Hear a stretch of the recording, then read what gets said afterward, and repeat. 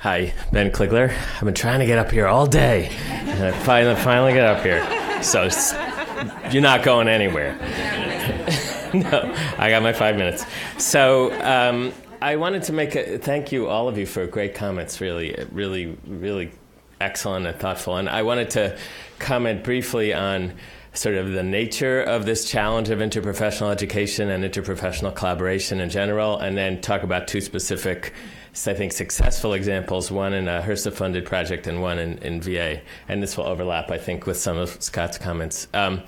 So what I wanted to share, and it's just going way back into history of this field of integrative medicine. In 2004, there was a meeting called the National Education Dialogue at Georgetown. Liza remembers. David O'Brien remembers, if he's still here. The goal was to start to build a dialogue between the conventional healthcare professions and some of the then called complementary healthcare professions. And I could tell a long story about the discussions, but my own personal experience and the takeaway from that, at the time, I was working with a group of colleagues from a number of medical schools to draft core competencies for medical students in integrative medicine. So what do you need to learn about integrative medicine in medical school? And so as part of that, we had crafted this brilliant definition. Integrative medicine reaffirms the importance of the relationship between practitioner and patient, focuses on the whole person, is informed by evidence, and makes use of all appropriate therapeutic lifestyle approaches and disciplines to achieve optimal health and healing. Right? You like that? Well, except in presenting to a group of complementary and integrative healthcare practitioners who had been doing this work 20 years and 30 years, and nurses, by the way, who'd been doing this a long time before the doctors discovered that this was important, the idea of healing, they said, what about the actual people delivering these therapies? So he said, okay, you doctors are going to use all the appropriate therapeutic and lifestyle approaches and disciplines, and where are the people who know how to do this? And so they beat me to a pulp, basically, in front of an audience. And they we negotiated and we added healthcare professionals and disciplines. And it sounds silly and like just a couple of words, but the take home for me is physicians. How many physicians are in the room? Okay, not that many, luckily. So the job of interprofessional education in healthcare, the biggest barrier, or one of them, is the physicians. We have to push ourselves to get out of our box and off our pedestal. And in the long run, it's going to be okay because the millennials don't know how to do anything without sourcing the information communally and working in groups. And my daughter's a medical student, and it's very clear. So, but in the short run, those of us that are physicians need to keep asking ourselves, am I using my power in the most productive way? So just saying that. So the second thing I want to say is about a great project that was a HRSA-funded grant that Liza and I were on, and several people in the room, to develop a standardized curriculum in integrative primary health care.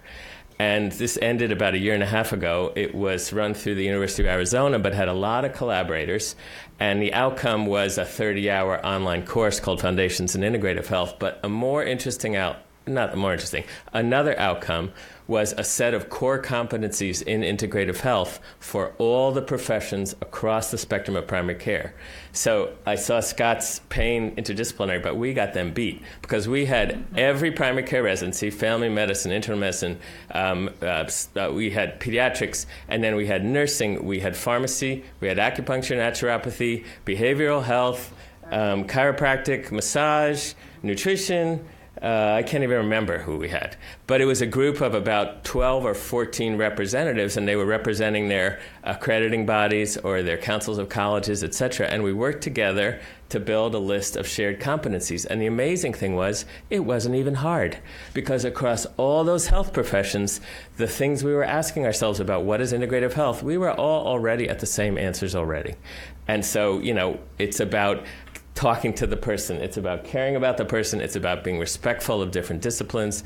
And so we crafted and published, I think there were 10 competencies in integrative primary healthcare. And those are nciph.org is the website. And if you're interested, they were published and they're up there on the website. And the last thing I want to say in my 14 seconds is that, Dave, I left you my card. VA has been crafting a set of educational materials for interdisciplinary pain teams. We have a course called Whole Health for Pain and Suffering. It's a 2-day course. It's been given probably 20 times around the country now. We've got another 20 scheduled this year. It seats 50 to 100 at a time, but we put a lot of it on video. It's public domain. It's free. Let me just give you a lot of stuff. It's such high quality. It's built by people at University of Wisconsin and really some of the leaders in integrative health in the country with public dollars through a VA contract.